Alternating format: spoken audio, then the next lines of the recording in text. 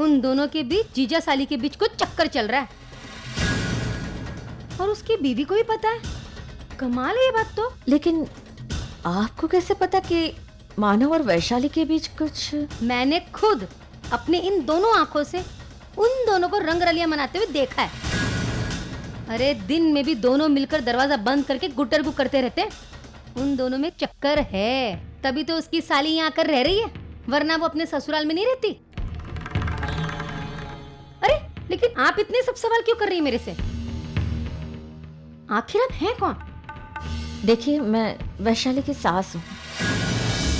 अच्छा, मुझे नहीं पता था कि आप वैशाली की सास हैं। माफ कीजिए, जाने अनजाने में मैं कुछ ज्यादा ही बोल गई।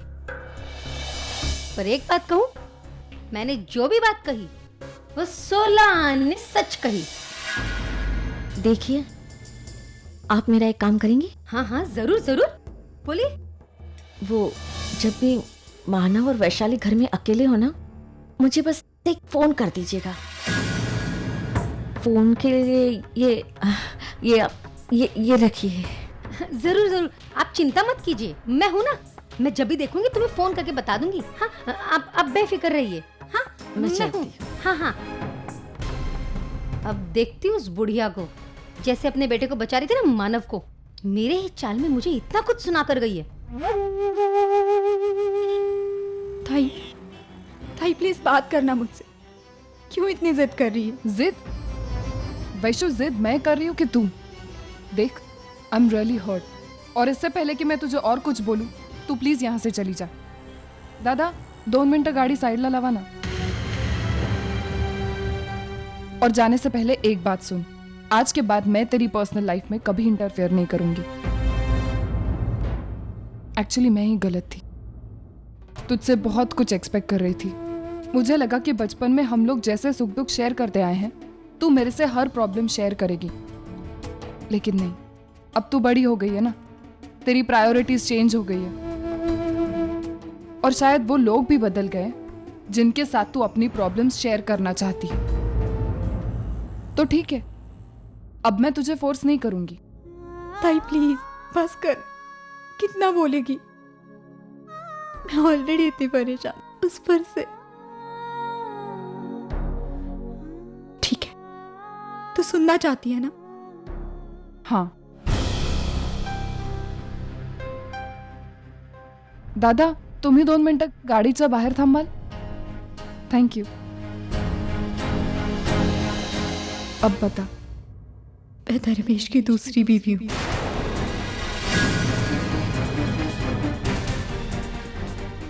इससे पहले भी उसकी एक शादी हो चुकी है, और उस औरत से उसे एक बच्चा भी है।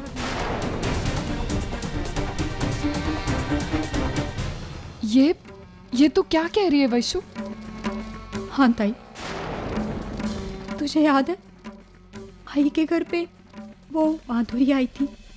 माधुरी, वो धर्मेश के रिश्तेदार।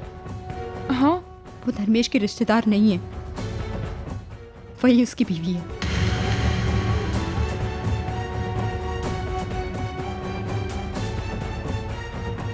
और तुझे ये बात कब पता चली और कैसे वैशु? उस दिन याद है जब मैं तेरे घर पर आई थी और तू बड़ी खुश थी अपने बच्चे को लेकर। तूने बहुत सारे सपने सजाए थे, तू बहुत सारी बातें कर रही थी, और तू बच्चे को लेकर बहुत खुश थी। उस वक्त मुझसे रहा नहीं गया और मैं रोते रोते घर से बाहर चली गई।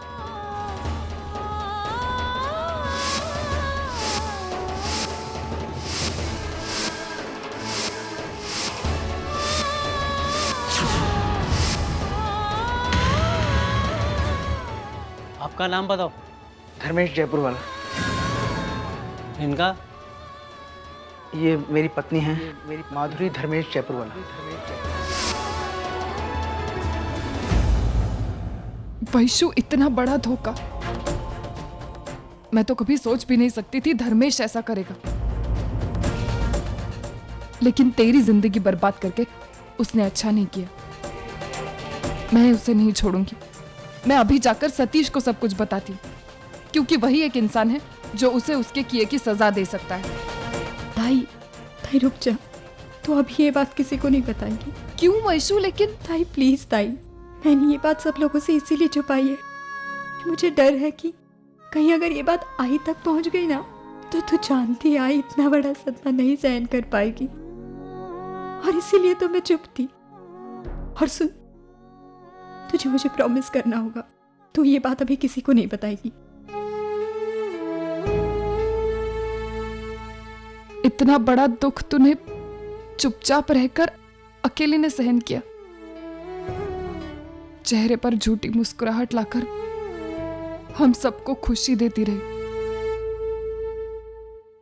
वैशु, हम 4 भाई बहनों में तू सबसे छोटी, लेकिन तेरी बर्दाश्त करने की ताकत हम सबसे कहीं ज्यादा है। बहुत स्ट्रांग है तू, लेकिन तू बिल्कुल चिंता मत कर, सब कुछ ठीक हो जाएगा। आई होप सो ताई। अच्छा चल, मैं चलती हूँ। रुक ना, मैं तुझे ड्रॉप करती हूँ। नहीं ताई, आई बिलीव कार से जाएंगे तो थोड़ा घूम के जाना पड़ेगा। मैं चलते चलते चली जाऊंगी, जल्दी पहुंच जाऊँ। ठीक है, तू अपना ख्याल रखना, ठीक है? तू भी अपना ख्याल रखना। और वैशु, आई एम सॉरी। ताई, इट्स ओके।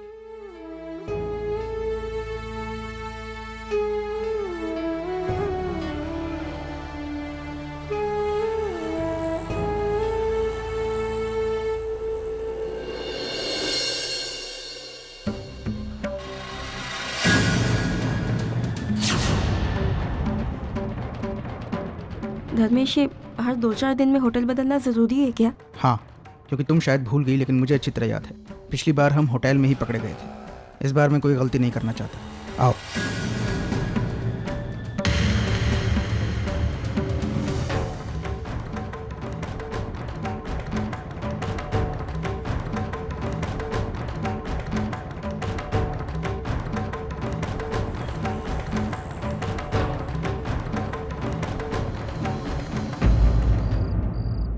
बेटा, एक बात पूछूं?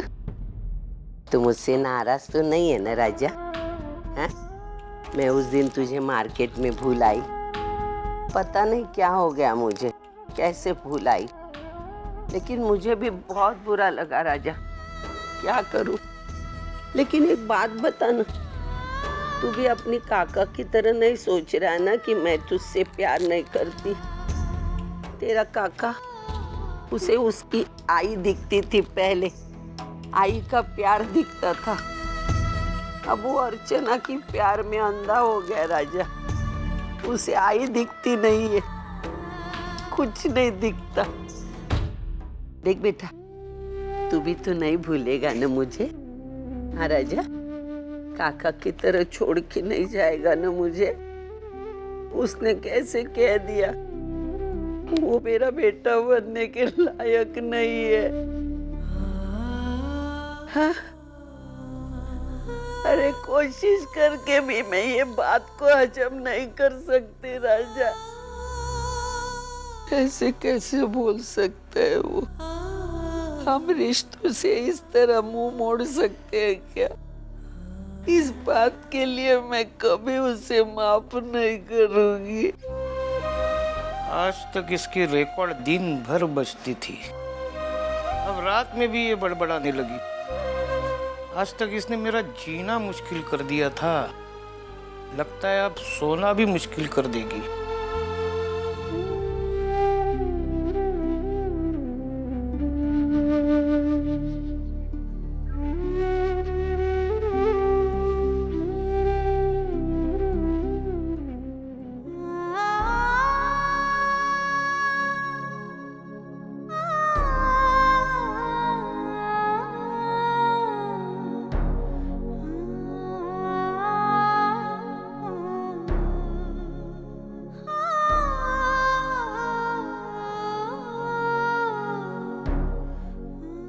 वैशु, तूने बात वर्षु को कैसे बता?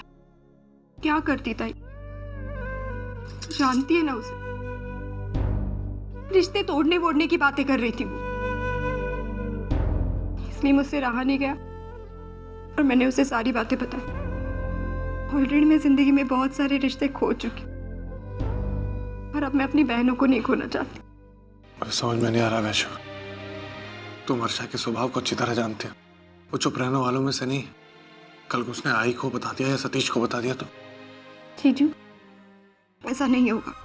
उसने मुझसे वादा किया है कि वो ये बात किसी को नहीं बताएगी।